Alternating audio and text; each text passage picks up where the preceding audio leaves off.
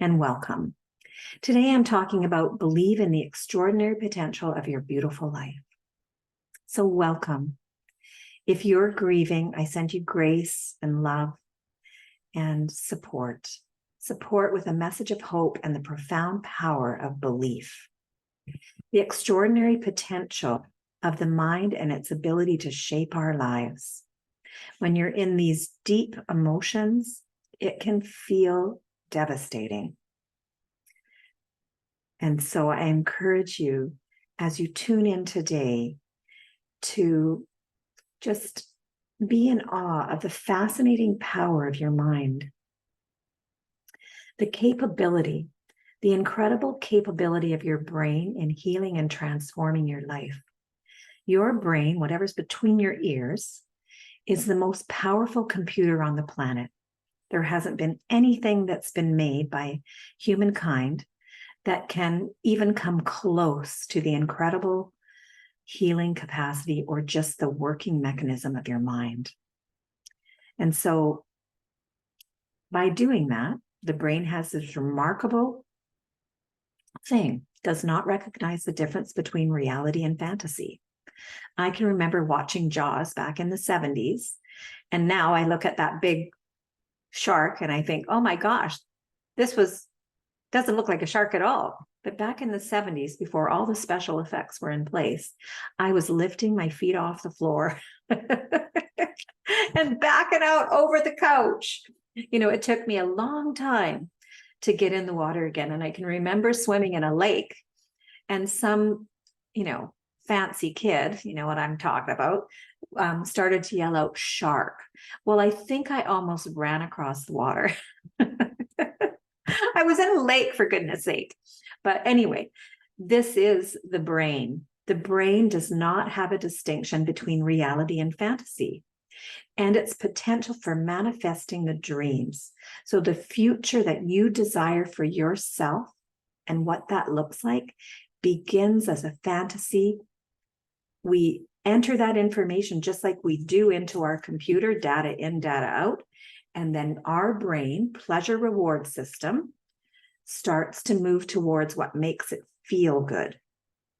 As long as we don't get stuck in this loop of going down a rabbit hole and wanting to go back to bed. And so I caution you that even though there are days like that, I'm offering you another little tool today to say your brain does not recognize the difference between reality and fantasy. And so we can manifest a new dream by entering data into our brain and thinking about a future that we desire. So maybe it's that you're walking on a beach in Hawaii, whatever it is. Maybe it's that you're exploring the moon, whatever that might be. Crafting dreams is a sensory experience. So how our brain downloads information from the world is through our senses. So how we see it, smell it, taste it, feel it kinesthetically as well as emotionally, and how we hear it. So all of these sensory data, and of course we have intuition as well, a very strong sense. I don't want you to discount that one at all. It's probably one of our primary senses that has been left with the burning of the witches, right? And so you can see how generationally 1,000 years have gone by, and here we are still worried about intuition and exploring this powerful part of our brain and our body. But I want to encourage you today to envision your dream in vivid detail. So the more engaged you can be in a full sensory experience, the more your brain believes it. So think of it as a mind movie. So a movie that is, engaging with sights and sounds and bringing in, mom's apple pie or, squeezing a fresh lemon, picking an orange off of a tree. You can actually feel the taste buds inside your mouth. If I was to say to you right now, imagine that you've just picked a beautiful lemon. I was just in Portugal and the lemons were the size of a grapefruit, even bigger. And they smelled amazing. So I want you to imagine, being in Portugal and you've picked this fresh lemon off of a lemon tree. For those of us who don't live in the tropics, it's an amazing thing. And the aroma and the essential oils that are coming off that, you can just breathe it in. And now I want you to bring it closer to your nose. And now you want to take a bite. And what happens? Like my cheeks right now are actually kinking and my mouth is salivating. Just the idea of biting into a lemon, right? It just, wow. So this is the experience of your brain not recognizing the difference between reality and fantasy. And this is a tool that will serve you so well and assist your grieving journey. So, excuse me, crafting your dream as a sensory experience, an actual mind movie, envisioning your dream in vivid detail, engaging all of your senses and the beauty within the dream. And now you are harnessing your brain's creative potential. It can envision an experience beyond words. Nothing that I can say could ever live up to the mind movie that can result inside your brain right now. I just have to pause for just a second because I'm going to cough. I'll be right back. You're going to laugh because that lemon, that lemon experience and me just walking you through that, tuning you into that, got me. It got me body, mind, and soul. My eyes are running. My cheeks are flowing with saliva and it made me cough. So I have to laugh at myself. So these are some of the creative potential of your brain and such cool stuff that it just fills me with wonder and awe. What we ourselves can do to help ourselves. And this is where I'm hoping that you'll try and play along with me today to bring you out of these deeper levels of grief or to assist someone who you know is grieving to rise out of that deep pain. Lessons from a life-altering moment. This is a life-altering moment. I send you grace. I send you compassion. There is nothing that can drop us to our knees, compress our chest, and make it so difficult to breathe than losing the person that you love the most in the world. But I have to tell you, I had a different life-altering experience earlier in my life. Still saliving on my lemon. When I was 27, I was in a plane crash. Not sure if you've heard that story before, but I was in a small float plane. The guy that was the pilot, me and myself, tandem. We're having a beautiful sunny day out flying around the lower mainland of Vancouver. And, personal error, mistake, he had left the landing gear down. On our way back to the airport, he wanted to do a little skip and go off the river that was far below him. So I heard his voice come across the headphones. His arm was outstretched and pointing to this river far below. Without a care in the world, that plane pummeled towards the earth. And I was just like a roller coaster. Whee! My hair was blowing back. The windows were open. I could smell the freshly cut grass rising up on the breeze that was flowing through my hair. And then we hit the water. And that plane, the nose of the plane drilled into that river and the plane flipped. I saw him go under. My brain, my subconscious brain, your subconscious brain works at about 140,000 miles per hour, super fast, recognized that he was under. I went to take a breath of air. As I went to breathe in, my mouth filled with water. And then I was upside down in a capsized plane. It was confusing. It was cold. It was dark. The sun had gone down. And things were sort of hitting me in the cabin, everything was floating and gravity was pulling me down and buoyancy was pulling me up and the plane was spinning in the current. And I had a mouthful of water and I was out of breath. And I found out after I did my check that I was stuck. My 3-point harness had wrapped around the life jacket cords that I'd been wearing, and I could not find that release button. And with a very short period of time, I recognized, as being a lifeguard as a kid, that my arms and legs were beginning to tingle. And if you've ever were that kid that tried to swim underwater as far as you can, you know what I'm talking about. The oxygen was running out in my system. And I knew I needed to cut up. I needed to get up. I needed to get air. I was losing the ability to function with my arms because it had no oxygen left. And then my light began to flash in front of my eyes. And I was like, I heard that happens before you die. And billions of images of my life flashed like a little ticker tape movie in front of my eyes from the moment of my birth all the way through that day. And when it came to that, it started slowing down, like, came to that moment in time, that day, upside down in a capsized plane, my body separated. And my perspective changed. My body down in the plane, I could see.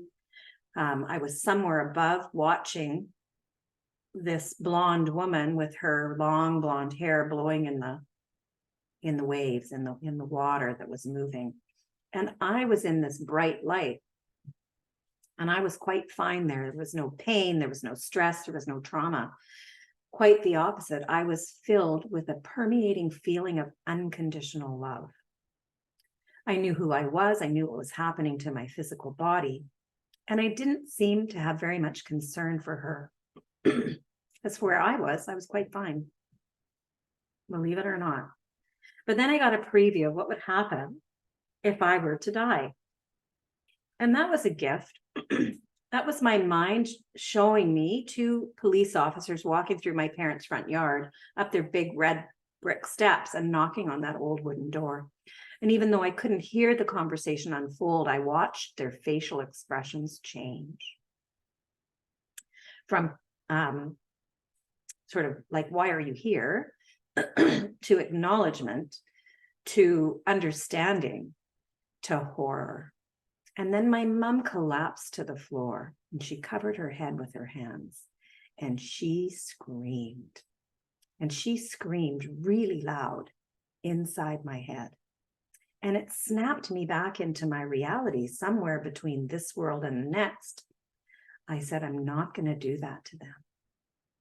I'm getting back in my body. I'm getting out of the plane now. And there I was. I was back in the, what do you want to call it? The soup. But my brain did something remarkable, which I now know through neuroscience is my ask was very concise and it was in the moment. I'm getting out of the plane now. There's no question about what I wanted from my brain. And so what happened next is a phenomenon, a capability of this amazing brain that we each have between our ears. My brain began to source something in my past that would give me the information I needed to solve my problem and to get out of the plane. Those pictures that had ticker taped forward of my life story began to go in reverse, back in time through billions, trillions of images. And then the story stopped, and it stopped in front of a movie that I had watched decades before. I did not know the name of the movie, the names of the actors, or what the movie was about. But the information that was being showed to me was a scene of commanders training young pilots how to escape a plane if it crashed and overturned in water. And I followed the script, found that 3-point harness disconnect through the language that he said, reach over your left hip, find the 3-point harness. He explained what had to happen, push down into the water in order to get out of the plane. And I escaped the plane and I saved my own life. So I share you my personal story of surviving a watery plane death and the empowering life experience that came from that moment of resolve, that profound lesson, the incredible power for us to rise above our moments of adversity, that even in life's most dire circumstances, when we feel we cannot go on, we still have the ability to make choices that can change how we're feeling in the next moment and the trajectory of our lives. I have an unwavering support and belief of what happens after we die. You're free to call me and have a conversation about that. But through my experience, I believe that death is simply a transformation or an evolution of who we are beyond our physical body. So today I send you light, I send you love, and I'm extending support and encouragement to you to find the strength within.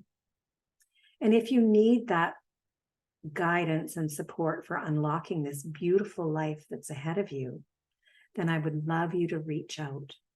There is transformative power and beliefs in overcoming your pain. And it offers you a new side of yourself that is beyond any person that you probably would have recognized as yourself to be in an earlier form. You are going to be what I'm going to say, the Olympian of your journey. I encourage you to believe in yourself, to believe in your dreams, and to begin manifesting the life that you really want, because you have extraordinary power. I send you a beautiful life through the power of your mind, as well as unwavering support, because you're extraordinary. You're extraordinary. You, as extraordinary potential, exists. I believe in you. This is Adele Anderson from Life Coach Adele. This was another episode of Good Grief, Relief. I send you joy, grace, love. And until we meet in person, connect with me, yes, at lifecoachadele.com. You can see it in the show notes. Unlock your potential, release your grief, release your pain of your grief, and find the rocket fuel within you for that next beautiful journey beyond the pain. Until we speak in person. Bye now.